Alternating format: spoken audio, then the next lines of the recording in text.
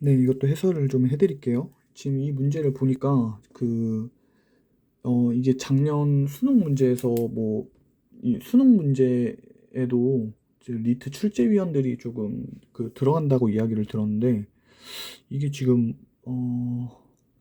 수능 출제위원회 정말 이거 리트 출제위원들이 좀 들어간다라는 느낌을 많이 받았어요. 이 지문을 보고. 이건 사실 그 리트를 준비하는 학생들이면은 사실 법지문에서도 좀 중요한 파트에 있는 게 민법 파트에서 민법이랑 형법이랑 헌법이 있는데, 그 민법 파트에서도 조금 중요한 부분이 이 매매계약 부분이거든요. 그래서 이 부분이 사실 변호사 시험에도 굉장히 많이 나오는 요소고, 이게 어려운 이유가 이제 채권자랑 채무자의 관계에 대해서 논하는 것이 많기 때문에, 사실 여타 뭐 공인중개사 시험이라던가 변호사 시험뿐만이 아니에요.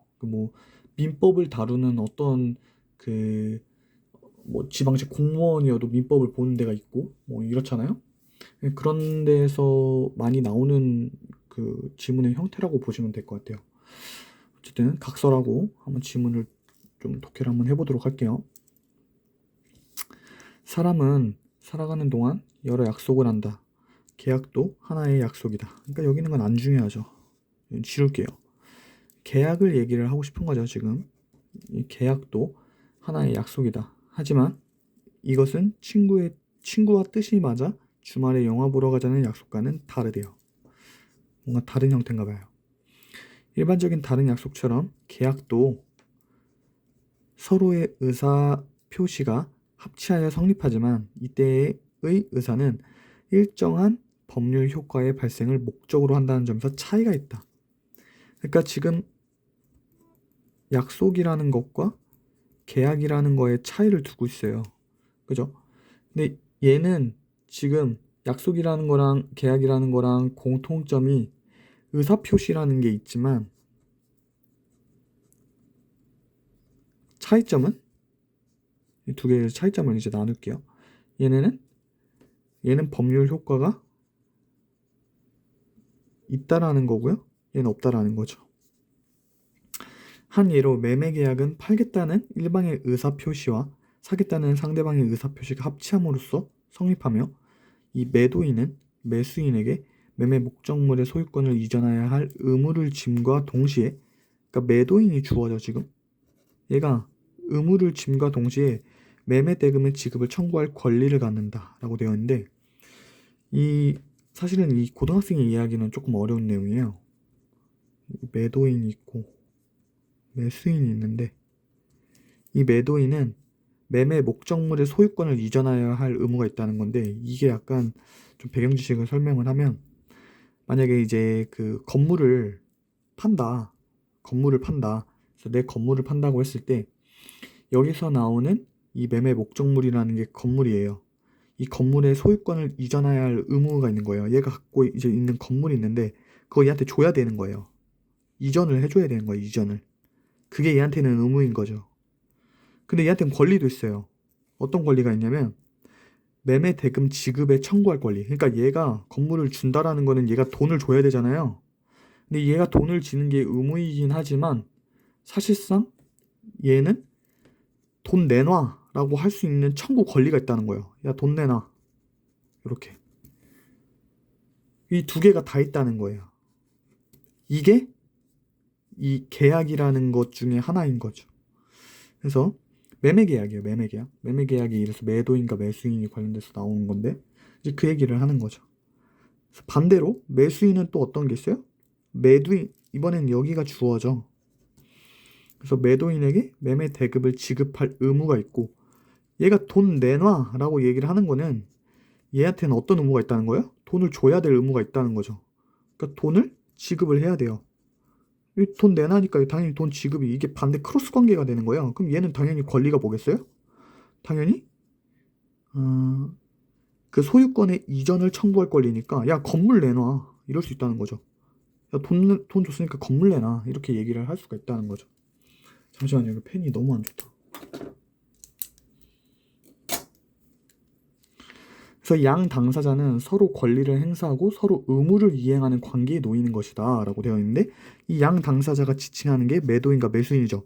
그러니까 얘네들은 이 의무랑 권리라는 게 두 가지가 다 병존하고 있다, 이 얘기를 하는 거예요. 그래서 여기까지가 어떤 이 계약에 관련된 것 중에서도 매매 계약을 예를 들어가지고 이야기를 하고 있어요. 그래서 요 관계식만 이해가 되면 사실 뒤에 거는 이거 반복이거든요.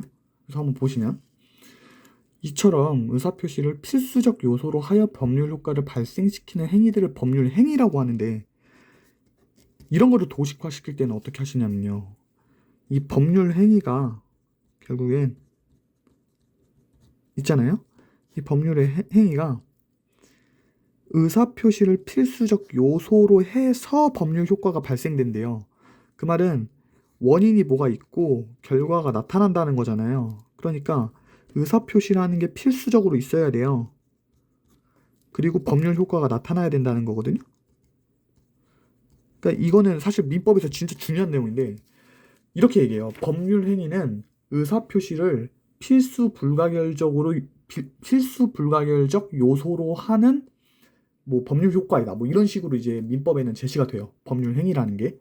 그래서 의사표시가 필수 불가결적 요소라고 하는 거를 여기선 필수적 요소라고 이야기한 거예요. 원래는 필수 불가결적 요소라고 얘기를 하거든요. 여기서는 필수적 요소라고 이야기를 했네요. 어쨌든 그런 내용이에요. 그래서 법률 행위는 의사표시가 있어야 된다는 거죠, 반드시. 이게 필수적 요소니까. 그러니까 필요 조건이라는 소리예요. 그래서 의사표시가 반드시 있어야만 이 법률 효과. 그러니까 법률 효과가 뭐예요? 여기서의 법률 행위는 얘기하는 게 뭐냐면, 이게 계약이에요. 계약 같은 걸 이야기를 하고요. 그리고 여기서 나오는 이 법률 효과는 뭐냐면요, 아까 여기서 얘기했던 청구권 있죠. 이 청구권. 얘도 청구권이잖아. 그러니까 얘는 어떤 청구권이 있냐면, 야, 돈 내놔 하는 청구권이 있고, 그 다음에 얘 매수인은 야, 건물 내놔 할 청구권이 있다라는 거잖아요. 그 청구권이 바로 법률 효과예요.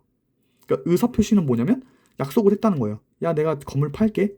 오케이. 너 건물 팔아. 내가 돈 줄게. 오케이. 너 돈 내놔. 내가 건물 줄게. 이런 의사표시가 있으면 법률 효과인 청구권이 나타난다는 거죠. 그 얘기를 하는 거예요. 그 얘기가 좀 어렵게 되어 있죠. 이걸 고등학생한테 풀라고 하니 참. 어쨌든 그래서 잠시만요. 여기서 이거를 안 보고 갔네. 계약은 법률 행위의 일종으로서 당사자에게 일정한 청구권과 이행 의무를 발생시킨다. 그래서 청구권이랑 이행 의무가 여기 앞에 나와 있던 이거죠. 이 청구권이라는 게 권리고요. 권리, 여기서 2번으로 썼으니까 여기 2번으로 쓸게요. 그 다음에 의행 의무는 요걸 얘기하는 거죠. 이거 계속 반복하는 거예요. 이거를 계속. 그리고 여기서는 청구권을 내용으로 하는 권리가 바로 채권이에요. 여기서 이제 계약 얘기하는 건데, 여기서는 이제 채권, 이게 청구권을 내용으로 한대요. 그러니까 이게 2번. 그러니까 얘가 지금 채권이라는 거예요. 채권. 그리고 그에 따라 이행을 해야 할 의무가 채무라고 하죠. 그러니까 의무가 또 채무라고 하니까 여기서 이 의무는 채무가 되는 거예요. 채무. 그러니까 쉽게 얘기하면은 매도인한테는 채무가 뭐예요? 건물을 줘야 되는 채무가 있다는 거예요. 그리고 매수인한테는 채무가 뭐예요? 돈을 지급해야 될 채무가 있다는 거예요. 그러니까 우리가 사실 채권 채무라고 하면은 사실 이런 거 많이 돈으로 생각하잖아요. 내가 채권자면 돈 빌려주는 사람, 채무자는 돈 갚아줘야 되는 사람, 이렇게 생각을 하잖아요. 근데 민법에서는 그렇게 얘기를 안 해요. 채권자는 권리가 있다라는 얘기고요. 채무자는 뭔가 이행 의무가 있다라는 거예요. 의무가 있다라는 소리예요. 그래서 이거는 민법을 모르면 사실 이런 기본적인 배경 지식이 없으면 사실 이해하기가 조금 힘들어요.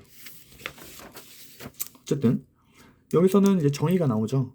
앞에서는 채권 나왔고 여기서는 채무 나왔고, 따라서 채권과 채무는 발생한 법률 효과가 동전의 양면처럼 서로 다른 방향에서 파악되는 것이라고 할 수 있다. 앞에 거랑 똑같아요. 앞에도 그 두 가지가 공존하고 있다고 얘기했죠. 여기도 두 가지 병존하고 있다고 얘기를 하는 거예요. 그리고 채무자가 채무의 내용대로 이행하여 채권을 소멸시키는 것을 변제라고 한다. 그래서 채무의 내용대로 이행하여, 근데 여기서는 채무자라고 했잖아요. 근데 여기서는 잘 보세요. 두 가지가 동전의 양면으로 같이 있다고 했잖아요. 그러니까 여기에서 얘기하는 이 채무자가 그냥 한쪽 사람만 놓고 얘기하는 걸로 착각할 수 있는데 절대 아니에요. 두 쪽 다 채무자일 수 있는 거예요. 왜냐면 얘네 둘 다 의무가 있잖아. 얘네 둘 다 의무가 있으니까 매도인한테도 채무가 있고요. 매수인한테도 채무가 있는 거예요. 그러니까 둘 다 채무자라고 이야기할 수 있어요. 둘 다 채무자다. 근데 이 채무자들은 채무의 내용대로 이행하면 채권을 소멸시킨다 이거잖아요. 채권을 소멸시킬 수 있다 이거잖아요. 채무의 내용대로 이행을 했어요. 그러니까 예를 들면 얘가 채무의 내용을 이행했어요. 건물을 줬어요. 그러면 이 건물을 주게 되면 채무의 내용대로 이행을 하게 되면 이 채권을 소멸시킨다고 했잖아요. 채권을 소멸시킨다고. 상대방 거의 채권을 소멸시킨다는 거예요. 얘가 건물을 줬죠. 그럼 얘는 건물 내놔 하는 청구권이 없어지는 거예요. 얘가 건물 줬는데 뭘 또 내놓으래. 이미 줘버렸는데. 그러니까 얘가 주는 순간 이건 없어지는 거죠. 그러니까 상대방의 청구권의 그 채권이 사라지는 거예요. 소멸. 그걸 바로 변제라고 이야기를 한대요. 이렇게 변제라고 이야기를 하는 거예요. 제가 이렇게 설명하면서도 조금 어이가 없어요. 좀 어렵거든요. 이거는. 그래서 민법을 어느 정도 공부하면 이해가 가는데 민법을 또 만약에 민법을 공부를 했잖아요. 그럼 이 지문은 사실 안 풀고 안 읽고 풀어도 될 정도예요. 그러니까 민법에서 좀 기본적인 내용인데 조금 그 기본적인 내용 중에서 어려운 부분. 그래서 로스쿨 1학년 때 들어가면 이제 민법 총론이나 민법 강론에 대해서 배우는데 그때 이제 계약 파트가 나오는데 그때 그 부분에서 배우는 거예요. 그러니까 로스쿨 1학년 수준이라고 보시면 되고 그냥 저기 뭐 법학과 같은 데 들어가면 1학년들이 듣는 기본 이론이라고 보시면 될 것 같아요. 어쨌든 근데 지문으로 내긴 너무 좋죠. 법지문이 뭐 까다롭기도 하고 그렇다고 해서 일반인들이 몰라야 되는 것도 아니고 법이라는 거는 상식적인 측면에서 알아야 된다라는 거니까 어찌됐든 볼게요. 이제 본격적으로 이제 사례가 쭉 나오거든요. 이 사례를 이해를 잘 하느냐 못하느냐는 앞에 걸 이해를 했느냐 못했느냐에 따라 달려져 있는 거예요. 만약에 앞에 걸 읽었는데 요 관계식이 이해가 갔다라고 한다면 이 뒤에 것도 이해하기가 쉽겠죠. 왜냐면 이 사례를 얘기를 하는 거니까. 그죠? 저는 지금 건물로 얘기했는데 얘는 지금 그림으로 이야기를 하죠. 자, 보시면 갑과 을은 을이 소유한 그림 A를 이 법지문이나 요즘 지문들은 이 대절을 굉장히 조심해야 돼요. 제가 이따 뒤에 가서도 많이 얘기를 할 텐데 이 대절이 어쩌고저쩌고 블라블라 뭐뭐뭐 하면 이렇게 받아들이잖아요.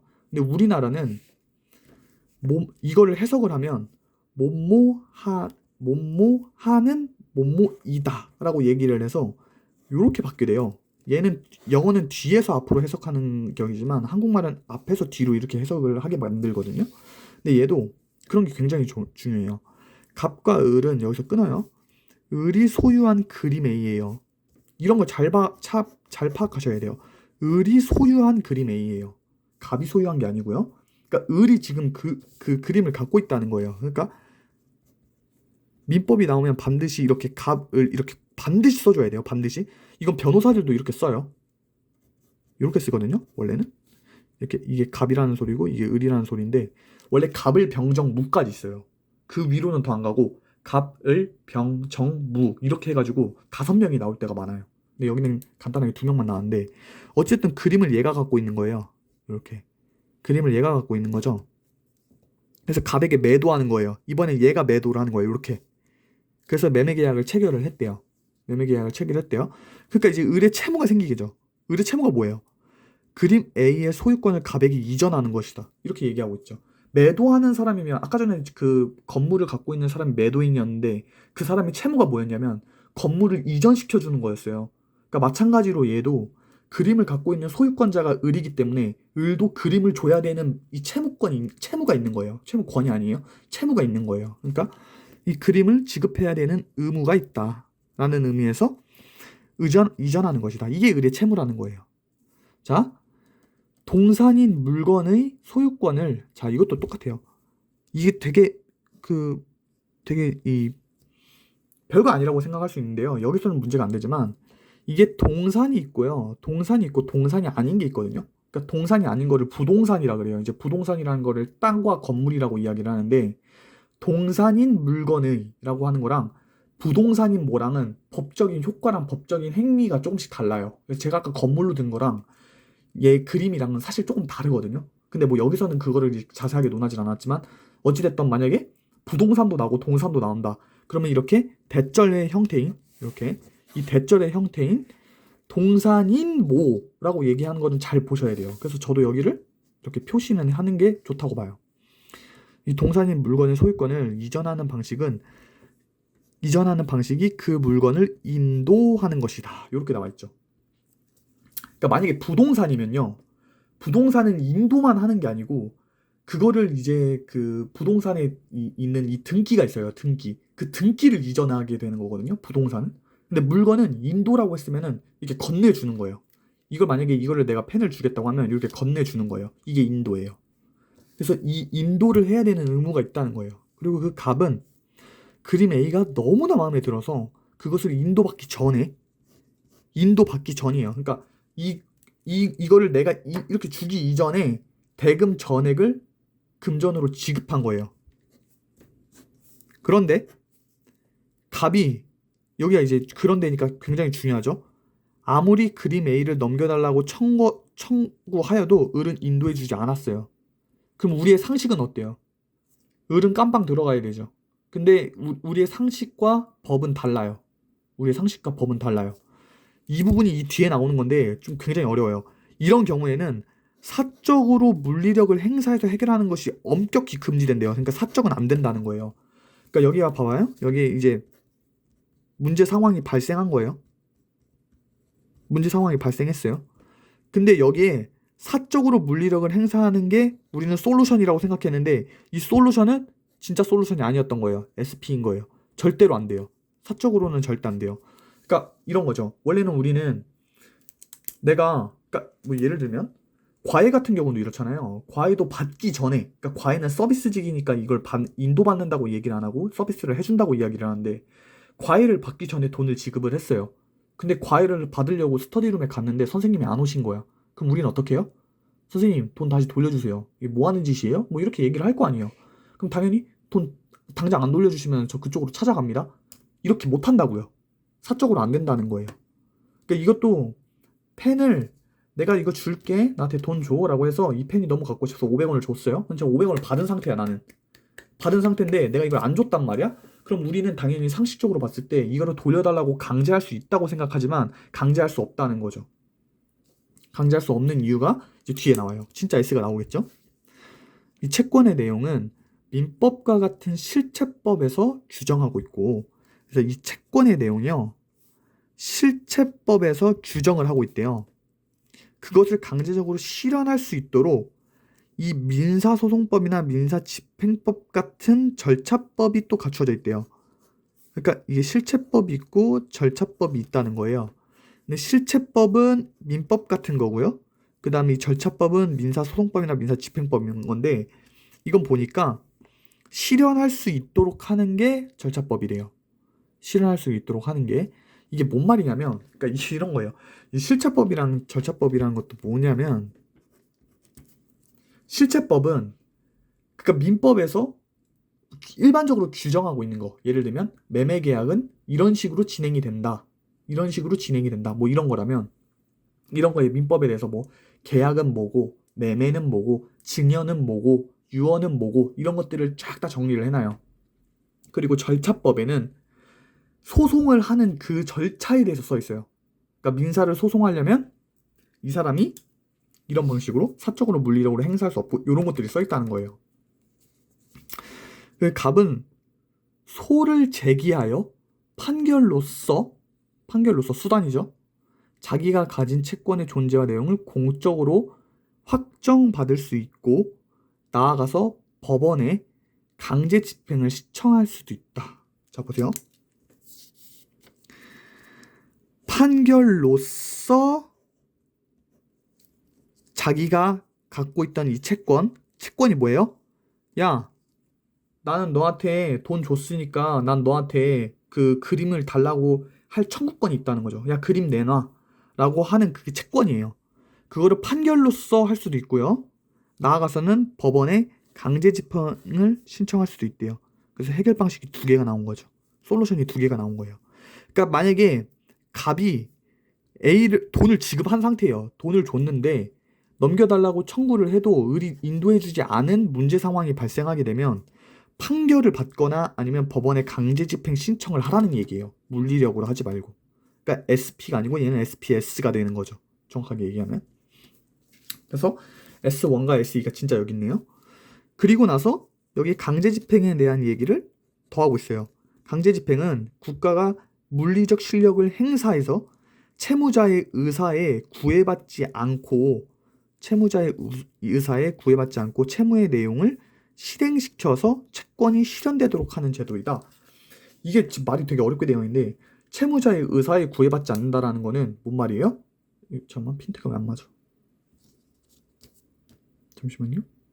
네. 아까 전에 분명히 그 을은 그림을 인도해야 될 의무가 있죠. 그걸 채무라 그랬잖아요. 근데 이런 얘기예요. 채무자의 의사에 구애받지 않는다는 말은 얘가 그림을 못 돌려준 이유가 병에 걸렸을 수도 있고 어디가 아플 수도 있고 그리고 그 그림이 없어질 수도 있고 그러니까 굉장히 다양한 변수가 있는데 그거에 신경 쓰지 않고 그래도 그건 네 사정이야 이러고 그냥 법원에다가 그걸 신청을 하면 그냥 야 법원에서 야 얘네 주소에다 편지를 보내요. 야 너 강제집행 발령 났어. 너 얘한테 돈 받았다며. 너 당장 얘한테 며칠까지 그림 줘.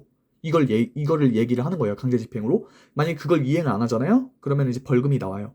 벌금이 나오면은 이제 그 사람 저기 뭐야 이게 빨간 줄 긋는다고 하죠. 소위 그게 그거져요. 벌금 같은 경우는 과태료는 그 빨간 줄이 안 그어지는데 벌금은 그 빨간 줄이 그어져요. 그래서 그거 같은 경우는 그 범죄 경력 증명서라고 해가지고 그런 거 떼우라고 하거든요. 취업을 할 때 거기에 다 떠요. 범죄 경력에. 그래서 어찌됐든 을이 그림 A를 넘겨주지 않은 까닭은 이유는 갑으로부터 매매 대금을 받은 뒤에 제가 여기서 또 중요한 거 팁 하나 말씀드릴게요. 만약에 민법 지문이 나오잖아요. 그러니까 이번에 법 지문이 나올지 안 나올지 저도 잘 모르지만 만약에 민법 지문이 나오잖아요. 그러면 우리 칸트의 4범주 중에서 시간범위 있죠. 시간 자원. 그래서 전과 후. 민법은 그 시간적으로 전후에 대한 개념이 너무 중요해요. 그래서 여기도 자 매매 대금을 받은 뒤에 을의 과실로 불이 나서 그림 A가 다 없어졌기 때문이다. 그러니까 얘는 자 보세요. 봐봐. 이거를 여기다 쓰자. 봐봐.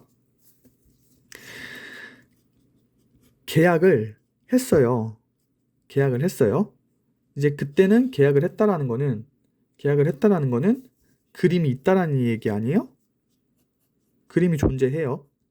이 그림이 있는데 계약을 하고 난 뒤에 그림이 없어지는 경우랑 우리가 그림이 애초부터 없었어. 글씨가 너무 이상해서 죄송해요. 애초부터 그림이 없었어. 근데 계약을 하는 쓰레기가 있단 말이야. 이런 경우도 있어요. 그러니까 계약을 했는데 그림이 있다가 뒤에 가서 없어진 경우가 있고요. 애초부터 그림이 없었는데 계약을 하는 쓰레기가 있다고요. 근데 얘는 지금 요 얘기를 하는 거예요. 그래서 보시면 매매 대금을 받은 뒤에 그러니까 그때까지는 그림이 있었던 거야. 근데 을의 과실로 그 불이 나서 그림이 없어져 버렸어요. 그래서 주고 싶어도 못 주는 거야. 그거를 이행불능이라 그래요. 이행할 수 없다라는 거를 이행불능이라 그래요. 이 채무가 이행불능이 되었다.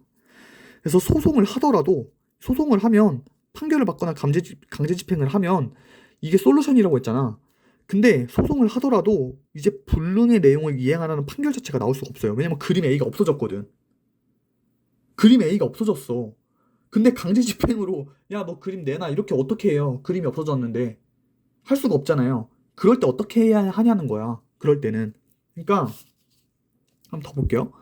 그림 A의 소실이 계약 체결 전이었다면 자 보세요. 이거 얘기하는 거야.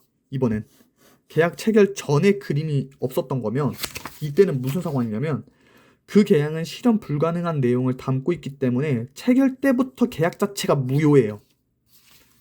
이거는 그냥 그림 A가 애초에 없었으면 이거 그냥 무효라고 보는 거예요. 무효. 효과가 없어요. 애초에 계약 안 한 거랑 똑같다는 거예요. 그러니까 돈 다시 돌려놔야 돼요. 돈 받았으면. 그러니까 이런 거는 사기죄로 들어가거든요, 사실. 그래서 형법으로도 걸리는데 이건 지금 민법 내용이어가지고 이거 범죄로 처벌한다 이런 얘기는 안 하는 거예요. 이건 민법 내용이기 때문에. 그래서 원래는 형법까지 같이 들어가면 사기죄로 고소당할 수 있어요, 저 사람은. 근데 그 계약은 실현 불가능한 내용을 담고 있기 때문에 채권도 계약 자체 무효이다. 이행불능이 채무자의 과실 때문에 일어난 것이라면 이번에는 계약을 한 후에 그림이 없어진 경우 요걸 얘기하는 거예요.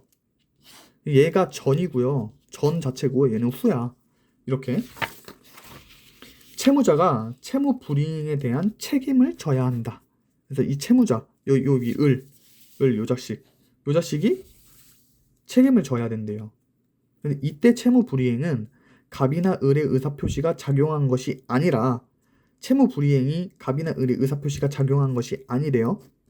이게 아니라 매매 목적물의 소실에 따른 이행 불능으로 말미암은 것이다. 이행 불능 때문인 것이다. 이 목적물의 소실 때문인 것이다. 라고 이야기를 하고 있어요. 이러한 사건을 통해서도 법률 효과가 발생한다라고 되어 있어요. 자, 보세요. 의사표시가 작용한 것이 아니래요. 근데 우리 아까 전에 잠깐 요거 한번 같이 봐볼까? 아까 전에 분명히 필수적 요소라고 되어 있었죠. 여기서 분명히.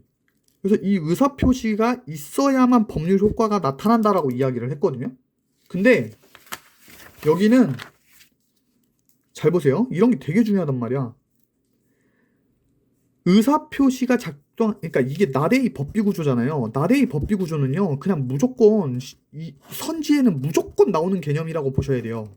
이거는 내가 여기가 이거 난 별거 아닌 것 같은데? 이렇게 생각하지 마시고요. 여기는 그냥 별표 치셔야 돼요. 나레이 법비구조 나오면요.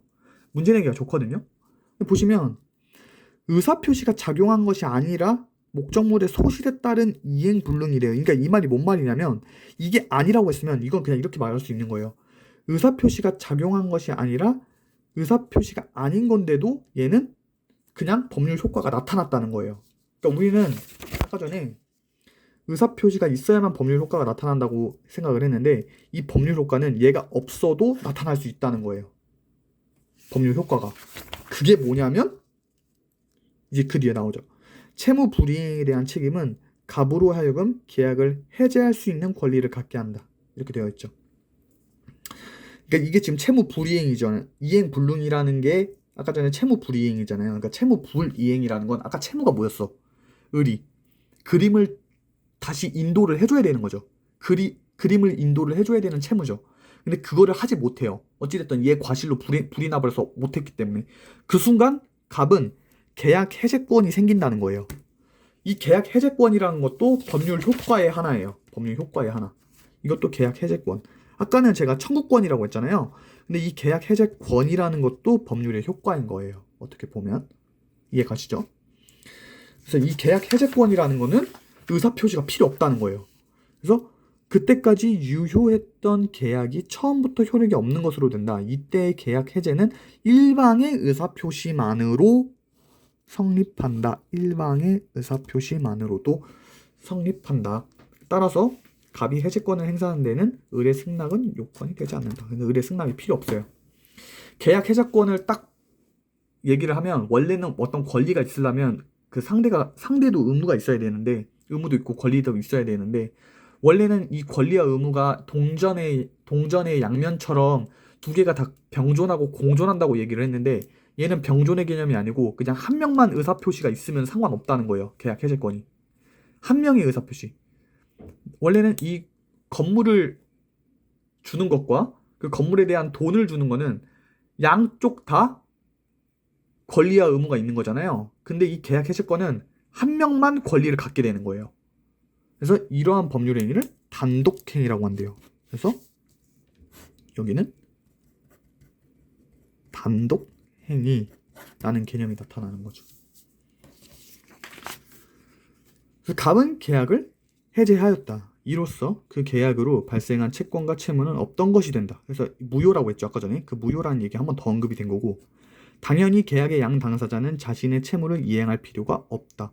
이미 이행된 것이 있다면 계약이 체결되기 전의 상태로 돌려놓아야 한다. 보세요. 이미 이행된 것이 뭐였어요? 아까 전에 갑이 돈을 줬잖아요. 그림 A를 받기 전에 돈을 줬잖아요. 그럼 이미 이행됐죠. 얘한테는. 그걸 원래 상태로 돌려놔야 돼요. 이게 바로 원상회복 청구권이에요. 그러니까 계약 해제권이랑 계약 해제권이 딱 발동이 되잖아요. 그럼 원상회복 청구권도 바로 그냥 자동적으로 돼요. 그래서 원상회복 청구권은 다시 돈 돌려놔. 이거예요. 돈 돌려놔. 이러한 갑의 채권은 결국 을에게 매매 대금을 반환해달라고 청구할 수 있는, 그러니까 돈 내놓으라는 얘기예요, 이게. 이러고 이제 끝나죠. 16번. 실체법에는 청구권에 관한 규정이 있다. 그래서 아까 전에 여기였죠. 실체법.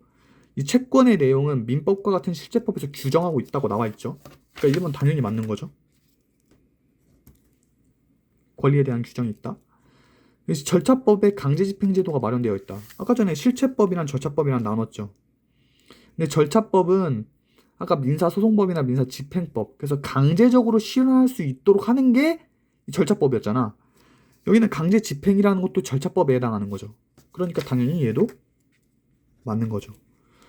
법률 행위가 없으면 법률 효과가 발생하지 않는다. 자, 법률 행위가 없으면 법률 효과가 발생하지 않는다. 우선 이거 이따 보고. 법원을 통하여 물리력으로 채권을 실행할 수 있다. 법원을 통하여. 아까 전에 우리 S1과 S2는 반드시 이 PS 관계식에서는 반드시 S나 P 부분은 선지로 내게 되어 있어요. 그러니까 S1이 아니고 지금 S2. 이 법원에서 강제 집행을 해가지고 이 강제 집행은 결국엔 국가가 물리적 실력을 행사해서 이 채권이 실현되도록 하는 제도라고 했잖아요. 그러니까 당연히 법원을 통하여 물리력으로 채권을 실현할 수 있다라는 거는 가능한 거죠. 근데 여기서 사적인 물리력으로 채권을 실현할 수 있다 그러면 얘가 틀린 거겠죠. 근데 여기는 법원이라고 했기 때문에 얘는 맞는 게 돼요. 그죠? 실현 불가능한 것을 내용으로 하는 계약은 무효이다. 그래서 아까 전에 이거 자체가 무효인 이유가 뭐였어요? 이행불능이라 그랬잖아. 근데 그 이행불능이 뭐였어요? 아예 실현 불가능한 거였죠. 애초부터 실현 불가능한 거죠. 그때는 그 계약 자체가 무효라고 딱 써있죠. 제대로. 그렇기 때문에 얘는 맞는 거고. 그럼 얘가 왜 틀렸냐? 얘 때문이죠. 단독행위. 여기 아까 써있었잖아. 이 나레이 법비 구조가 그대로 여기로 반영이 된 거죠. 그래서 의사표시가 작용한 것이 아니래요. 그게 아니고 이 목적물의 소실에 따른 이행불능으로 통해서 법률 효과가 발생한다고 했기 때문에 의사표시 없이도 이 법률 효과가 발생할 수 있다는 거예요. 그러니까 법률 행위가 굳이 없어도 된다라는 얘기죠. 이해되시죠? 그리고 아까 전에 질문 주셨던 이제 17번 내용인데요. 그 17번 내용도 한번 보실게요. 자, 이 기역과 니은에 대한 이해로 가장 적절한 것은 이라고 되어 있는데, 자 보세요. 이 기역이 여기 을의 채무잖아요. 근데 여기의 차원과 여기 요 위에 있는 차원과 그리고 여기 갑의 채권인데요. 이 채권과 이 채무는 달라요. 지금 달라요. 그러니까 뭐가 다르냐면 차원이 다르다는 거예요. 자 보세요. 갑이 이거보다 저는 이게 더 편해서 갑이 있고 을이 있어요. 그럼 얘는 그림을 줘야 되고요. 얘는